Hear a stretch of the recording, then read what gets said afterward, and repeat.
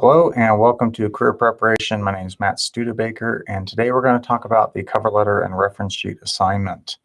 And so cover letters are obviously important. We're not going to go into the need for why you should be doing them. You should just be doing them unless they tell you not to do them. But if we look at the assignment here, a couple things I want to kind of lay out real quick, okay? The standard business format is huge in this assignment. So you need to make sure you're sticking to the layout that I detail here and not deviating from it, okay?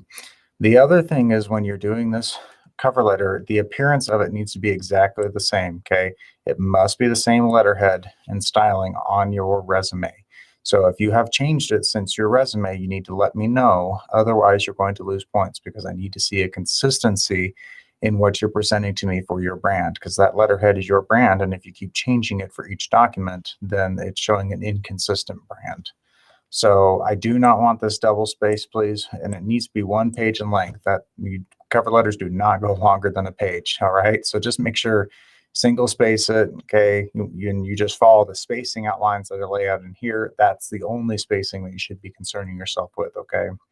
So with it, you'll have the letterhead up top, just the same as on your resume, and then you have a date followed by 4 lines of just blank after the date.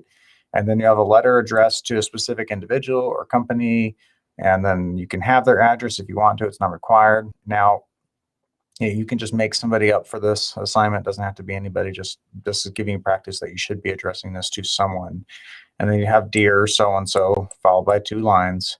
And then I have 3 paragraphs. Now, some people play around 4 or 5. I caution you against that. You just want to be careful about having too much content.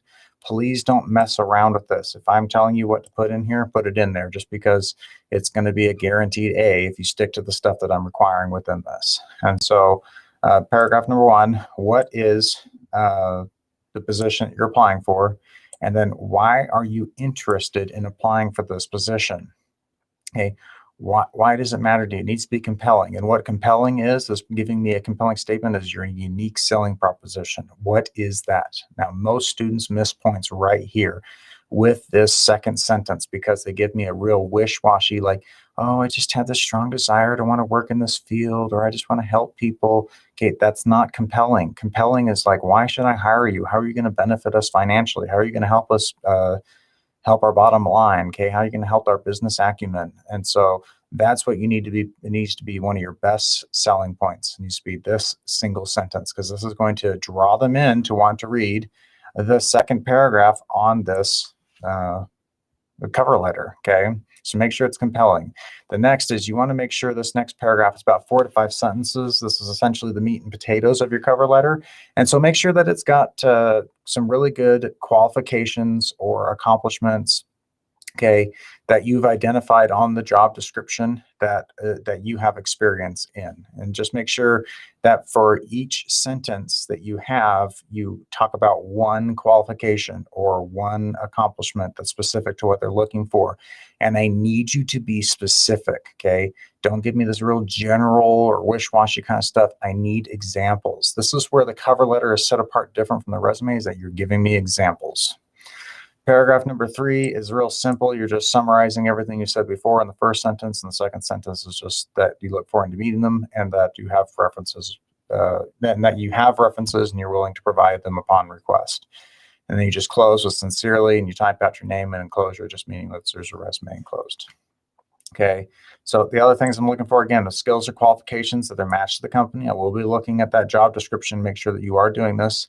Please share specific examples. I got to see 3 of them at least. You should have 1 for each sentence you talk about yourself, but I'm just going to say 3 for this assignment. And then asking for an interview, that was right here in the last paragraph, okay? Looking forward to meeting you.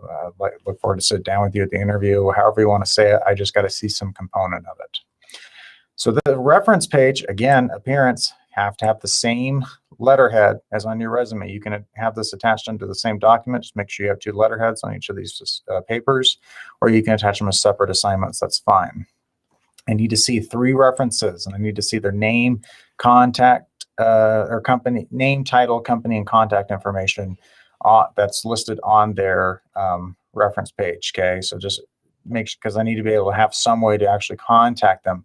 You don't have to actually put their actual information. I'm not calling these people, so please don't assume that. I just want you to practice putting it down. And then this is an area where most students who miss points on the reference page miss it for this single reason. They do not state how you know this person. We need to know this because depending on the relationship, I'm going to ask different questions. Like if it's your dad, which I wouldn't encourage you to do that just because your dad's going to be biased, or your mom or something like that. If it's your dad, I'm going to ask them a lot different questions than I would ask one of your supervisors or your current or former supervisor. And so knowing who this person is to you matters, to the recruiter, so they know what kind of questions to ask them. And then you just upload these and you're done. I have some good examples here that you can reference for this assignment. It is 50 points. You can look down here below and you can look at the rubric and you can see how the points are broken up. So appearance is 5 points on your resume. Standard business format, sticking to that formatted layout, is 10 points. That's why I don't want you screwing around with that, because you can drop points real fast. I just got to see that you're matching this up to the job description. Here's your specific examples. If I don't see any, you're missing out on 5 points. And make sure you're asking for an interview. Most students do that. Make sure you got the 3 references. Again, appearance, 5 points on this one. And then I got to see a statement of relationship, which is 5 points. And then any grammar typo errors that I see will cost you points as well. With that said, that is it for the cover letter and reference page. And we will just talk to you later.